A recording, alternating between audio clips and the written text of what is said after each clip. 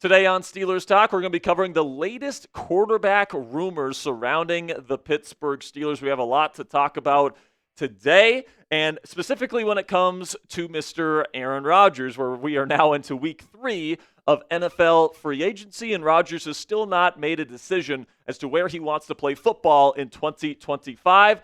But apparently, the Steelers have given Rodgers a quote-unquote soft deadline to make his decision by, and I'm going to reveal to you guys when that date is here in just 1 second. But before we get into that, if you are tired of the Aaron Rodgers saga and you just want him to make a decision, click that thumbs up icon, and hopefully if we can get to 500 likes on today's video, Aaron will finally make a freaking decision. So let's start here with a report from Mike Florio from NBC Sports, who says that he has a source that says the Steelers are a quote-unquote safe bet to land Aaron Rodgers eventually in NFL free agency, and that Rodgers will be the starting quarterback of the Pittsburgh Steelers. Also, Albert Breer of Sports Illustrated put out his recent article earlier today talking about what Rodgers is looking for in his next team and why the Steelers fit that mold. And along those lines, I've heard Rodgers is looking for a culture such as the one in Green Bay. That's also one area the Steelers have had an edge. Pittsburgh has a long-established culture, a family business feel,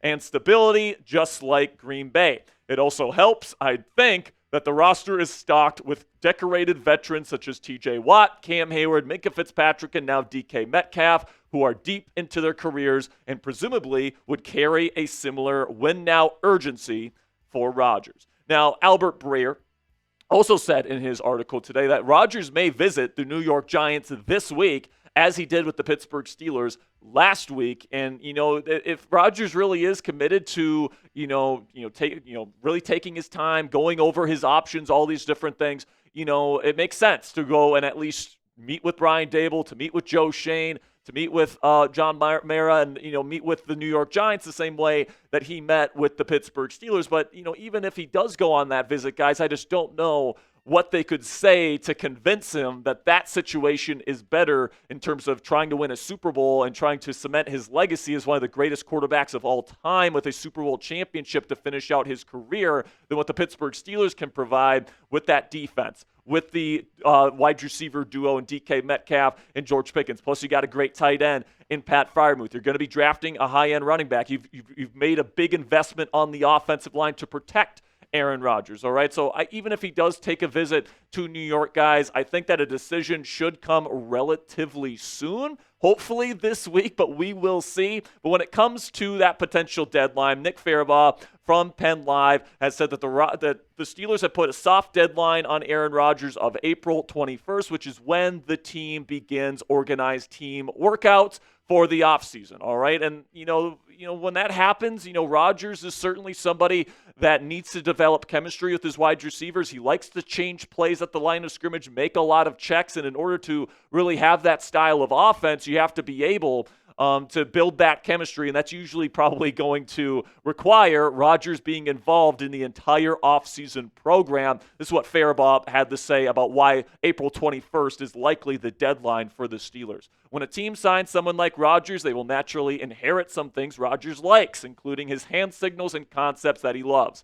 All of that installation begins as early as those voluntary workouts in April. So April 21st would begin the process to get those intricate processes down. Rodgers knows it, and this is going to work. Everyone has to be on the same page with his system, and so that date seems about right if he is going to sign with a team. Now, I think that based on all the new reporting that we are getting from the Aaron Rodgers saga here, Ian Rappaport said on the Pat McAfee show today that last week's visit with the Steelers went apparently very well, and Pat McAfee himself says his source say that Rodgers also enjoyed his time in Pittsburgh as well and feels like that would be a good potential fit. So I do feel good that Rodgers could be the next quarterback of the Pittsburgh Steelers. I'm just sick and tired of waiting. So let me know down there in the comment section. Will the Steelers land Aaron Rodgers by the end of the month? It is March 24th. Right now, we've got a week until we get into April here. So will Rodgers sign by then? Give me a yes or a no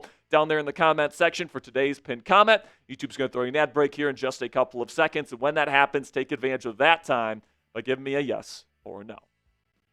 So let's get away from Aaron Rodgers here for a second, and let's talk about other quarterback options that the Steelers have at their disposal. I think a big question as to when and if the Steelers miss out on Rodgers, would they be willing to reunite with Russell Wilson? And if so, what would it cost to bring Russell Wilson back at this point in time? And what is Russ looking for in a new contract? So there's some conflicting reports here as to what Russ is looking for on his next deal. Our boy Slick Rick posted this last week about what Russ is looking for. He says Russell Wilson has let interested teams know that he is willing to play on a 1-year, $5 million contract. Guys, that's just $1 million more than what the Steelers are slated to pay Mason Rudolph next year. And then the ESPN reporter from Cleveland, Grossi, had this to say about Russ as well, that he's looking for $20 to $30 million per season, according to his sources. So who knows who's right?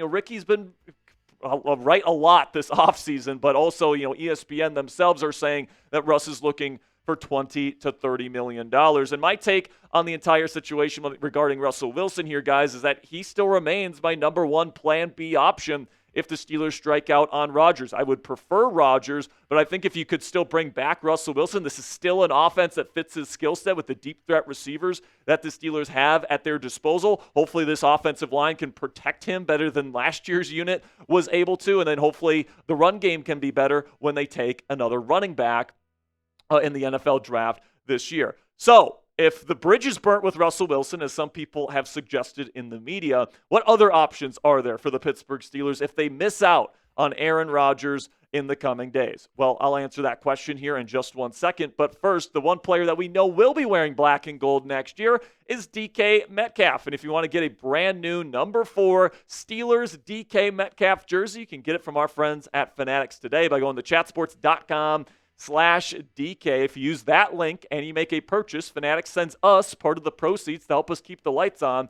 here at Steelers Talk, so we can keep these videos free for you guys to enjoy. So if you're planning on getting a DK Metcalf jersey anyway and you want to help out the channel, go to chatsports.com/DK. That link is in the comments and description of today's show as well to help out the show and get yourself a DK Metcalf jersey today.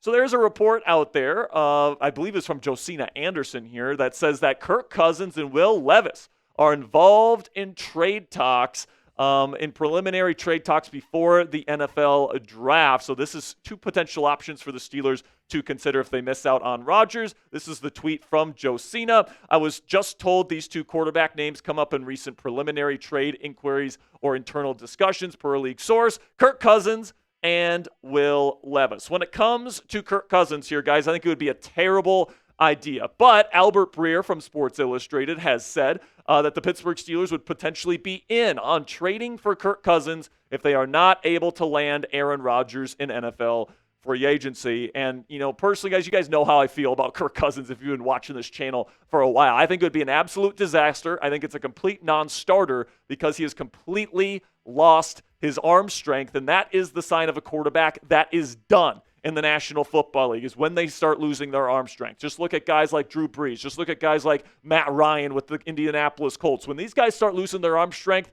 they're done, all right, plain and simply. And we saw that from Kirk Cousins last year. So I think if you bring him in here to Pittsburgh, it's going to be a disaster, and he might be benched. I honestly think Mason Rudolph might be a better option than Kirk Cousins at this point. And there is absolutely no way I'm trading a 3rd-round pick for Kirk Cousins, as Josina Anderson implies in her tweet, that teams are looking to potentially trade 3rd-round picks for Kirk Cousins. There's just no way, if I'm the Pittsburgh Steelers, I'm letting go of my only day 2 draft pick at this point at number 83 overall to get a quarterback in Kirk Cousins that, in my opinion, has a 0% chance of having success as the quarterback of the Pittsburgh Steelers. There's just absolutely no way. But as for the other quarterback that Josina brings up in her post, Will Levis, for the right price, I would be open to the idea of acquiring Levis. Now, the price does need to be right, and I'll let you guys know what that price is here in just 1 second. But taking a look at Will Levis and what he brings to the table as a player,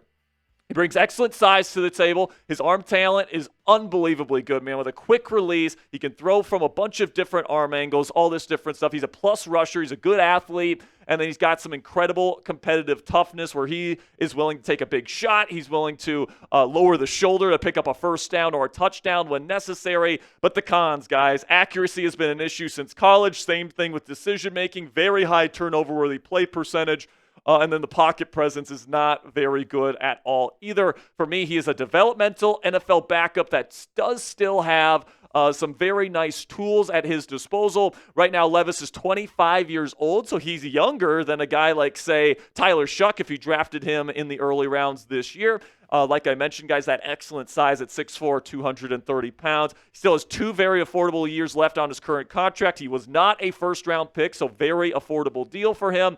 And like we talked about in his scouting report here, guys, still has some excellent physical traits at his disposal. So let's take a look at some encouraging stats from Will Levis this past season that make me think that there's still potential for him to develop into an NFL quarterback. The big-time throw percentage was top 10 in the National Football League last year. Those are very difficult throws into tight windows down the field. 4.7% of his passes categorized as big-time throws. He also got the ball out quickly, 2.68 average time to throw. That is actually faster than Aaron Rodgers, all right? So that is 4th. So hopefully that would limit some sacks there. And then you take a look at the pressure rate. I mean, this guy had to face some incredible amount of pressure. Despite getting the ball out quickly, he still had the 10th highest pressure rate in the league at 38.7% of his pressures. So there was a lot of quick pressure that he had to face there with arguably the worst offensive line in the league last year in the Tennessee Titans. And you look at the pressure differential. So this is the average time to throw ranking minus the pressure percentage ranking. It kind of shows you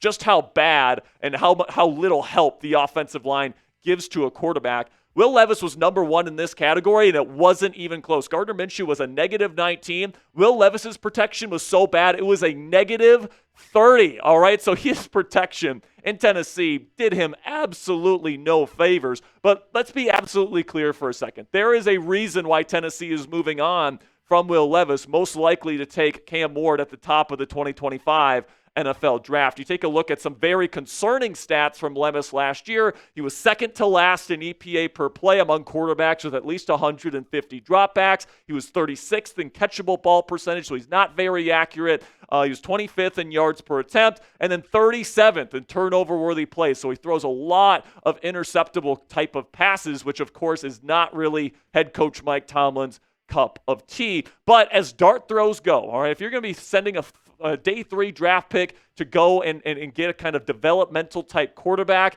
I think you could do a lot worse than Will Levis. He still has a very quick release. He actually throws the ball very similarly to Aaron Rodgers in terms of the rotational aspect of his throwing motion, the way that it gets out super, super quickly, the fact that he can throw from multiple different arm angles. If you bring in Rodgers as your starting quarterback and then you can trade like a mid to late day 3 pick for Will Levis, I think that would be a actually pretty decent pairing where Rodgers can work with Levis to hopefully develop kind of the more nuanced areas of his game, pocket presence, mental processing, decision-making, vision, all those different things. It's certainly something where, I'd rather, trade a 5th or a 6th round pick for Will Levis than maybe draft a guy like Will Howard, who I don't really believe in as an NFL quarterback prospect. And another trade option for the Steelers to consider here is Joe Milton from the New England Patriots, who showed some good things last year in limited action for the Pats, and that was in the preseason and then a regular season finale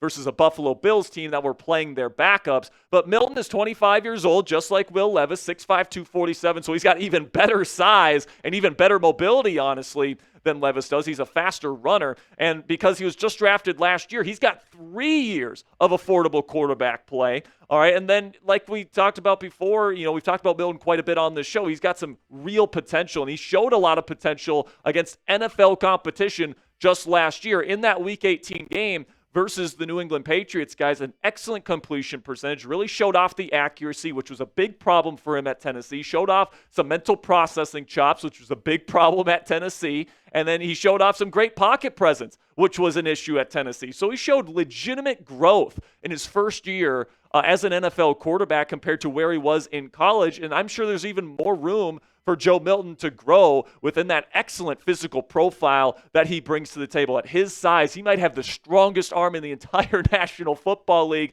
and he can run at over 240 pounds. So if you're going to be sending using a day 3 draft pick on a dart throw at quarterback, if you can get Joe Milton for, say, like a 5th round pick, I think that'd be more than worth the investment if I am the Pittsburgh Steelers and I'm looking for a dart throw that's younger at the quarterback position this year. So for a 5th round pick, which quarterback would you rather get for that pick? Type WL for Will Levis if you like mayo in your coffee, or if you want Joe Milton, type JM down there in the comment section. For me personally, I think I would rather go Joe Milton. He's a better athlete.